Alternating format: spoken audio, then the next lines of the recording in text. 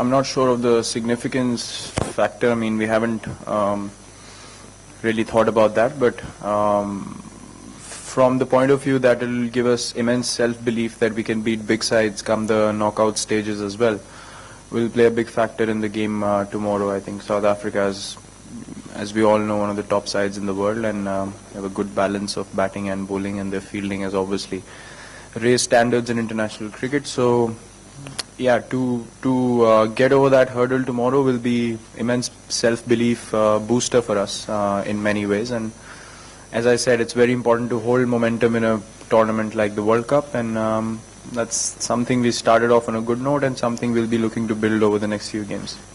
Well, see, I've been in good form, so more or less it was a case of me making most of that and helping the team in doing so.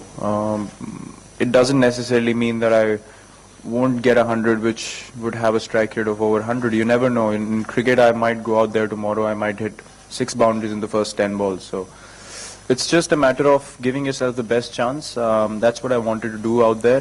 Give myself a bit of time and figure out, what my momentum of the innings would be today, and accordingly work the plan out. You can't keep batting in one way. You have to bat in different ways. People will have plans for you. It's all about how you counter them and stay a step ahead. So I think last game more than anything was a learning curve for me as well personally. How to play in different gears, and how to mold my game according to what the bowlers are bowling at me. And sometimes you will have a single-minded approach which might pay off, but it doesn't happen every time in international cricket. And to be consistent, I think you need to switch, which I think I was able to do in the last game, and it indeed was something that gave me more confidence in molding my game according to the situation and the bowlers.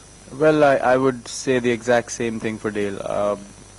I've played with him in RCB for 3 years, and we became such good friends that we've carried on our friendship after that as well. And whenever I meet him, he gives me the biggest hug, and it's been consistent throughout. Even if we have to play a game, before that we're always really friendly, and we know on the field, come game time, I'll be looking to dominate him, and he'll be looking to dominate me, which is a mutual respect kind of a thing, I guess. And whatever said and done at that point of time, it's taken into good sportsman spirit, because we know after the game we'll obviously be best buddies again. So I think I've shared a great friendship with a lot of South African players over the years, and Dale has to be one of the more special ones. And I can say the same thing for him. He's a completely different person on the field, which is absolutely fine. He's very aggressive. He obviously very passionate about playing for South Africa. There's a good reason why he's the best bowler in the world for a while now, and he's so consistent because he has that mentality. And off the field, he's a complete different person. Jokes around, he laughs all the time, and you wouldn't know unless you know him. So I think it's pretty similar with me and him, how we are on the field and off the field. That's why I think we get along really well together. I've answered this before as well. We were trying to figure out the best combination for the team. So people really need to have some patience with something that we try to do. We do a few experiments, and if they don't pay off, it's regarded as something which is going to be our downfall. And we don't think like that. It's obviously, I've played enough number of games to try and experiment a batting position for the team to be in the best combination possible. But we figured out that it's best for me to bat at number 3, which I've done over the last few years, and we have got success because me or one of the top 3 batsmen has been able to bat through. So later on we figured that out. Unless you try, you would never know if you're right or wrong. You have to take risks, you have to make mistakes and learn from them, and that was one situation where we wanted to try things out, and we couldn't have done it at any time apart from that tri-series, and that is the main plan behind it. Talking of Adelaide, I never thought when I got my first century that it's gonna, turn out to be sort of one of my most favorite grounds in the world. It so happened on this tour I was able to score 3 centuries there, and it's turned out that way. I mean, I've heard Brian Lara say Sydney, he loved Sydney and playing at Sydney, so it feels nice. I mean, even I could connect to that feeling of having a ground where you get support as well, and then you perform good as well. I mean, there's something about that ground. I step onto Adelaide Oval and there's a different feeling. I feel really comfortable and mentally in a good zone. And talking of MCG as well, obviously it's one of the most special grounds in the world. And see, all obviously you will have plans for every player. All top players in the world, you can plan for everyone. But they have that much ability that they can sort of play opposite what you've planned for them.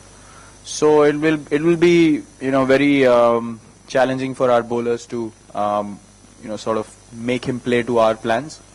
We will have plans to him. He plays some freakish shots, and I've witnessed it a few times. I mean, a lot of times, and everyone in the world has seen it. So I mean, AB de Villiers is a world-class player. We all know that. You have to bowl well to him.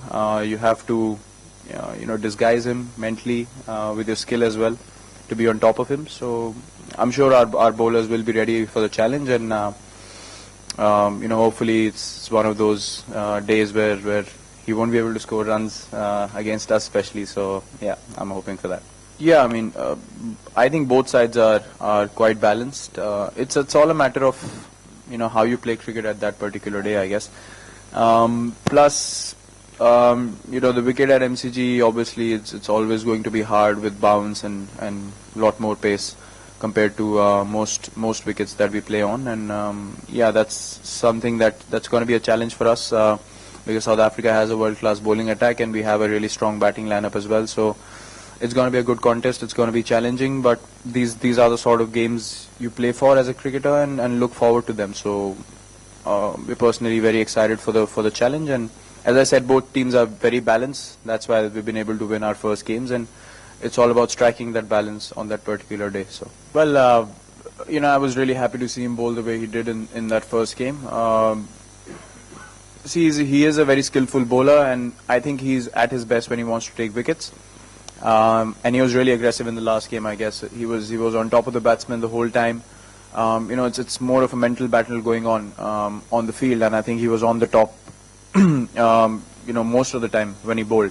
And those maidens were game changers, to be honest. I mean, he got only one wicket, but the way he bowled was absolutely outstanding, especially when you take into consideration you have 5 fielders in the ring, and their spinners could not contain us so much, and the way he bowled on that wicket was pleasing to watch. And he will be a key factor for us as long as he can be in that same mindset that he was in the first game, which is to take wickets and be on top of the batter. But yeah, I'm really happy for him, and he's had a great start, and hopefully he can sustain that through the tournament. That's a very strange question because you can't deliberately switch intensity in international cricket. You can't suddenly wake up one day and say, I'm not going to play. I'm only going to play 30% of my game today. I mean, this is not a game that's been served on a platter to anyone. We've worked hard to be here. We have played cricket in a certain way. If you ask me, I play the club level games with the same intensity that I play an India game. So, I mean, I could not even think of, tuning my intensity down intentionally in my wildest dreams. It's just that you don't get that momentum sometimes, and it carries through a particular series or a tournament, and it's all about how you come back from that. And I think the break in between helped us to mentally be fresh again. And intensity was always there, but to create that momentum together as 11 players, it's very difficult. And once you get hold of it, what we did beautifully in the 2011 World Cup, if you saw that, you could see the team. When you see the team playing on the field, it looks like a unit. And there's not an extra effort to prove that to people, but it just is conveyed through watching the game. And that's what we've been able to achieve in the first game, and that's what we are looking to hold on to. But yeah, you can't really intentionally switch intensity. I don't think so. I think beat any ground, the role of finishers really depends on how the top order bats. And I think in Melbourne we've seen sustained momentum throughout the innings is probably been the successful way. Teams who have tried to slog it out in the last 10 usually don't end up pulling off that many runs, especially teams that are not familiar to these conditions, because there's more bounce, boundaries are bigger, so it's not that easy to clear boundaries on a regular basis. So I think sustained momentum throughout the innings is very important in a ground like Melbourne, because it's big. You have to hit angles, you have to hit gaps, and you have to run hard, and you have to place the ball more than power the ball over the boundary. So yeah, it will be a calculated approach towards our batting, and we'll have to make some changes according to how big the field is, and all the guys have played on this ground, and I'm sure they're thinking about it.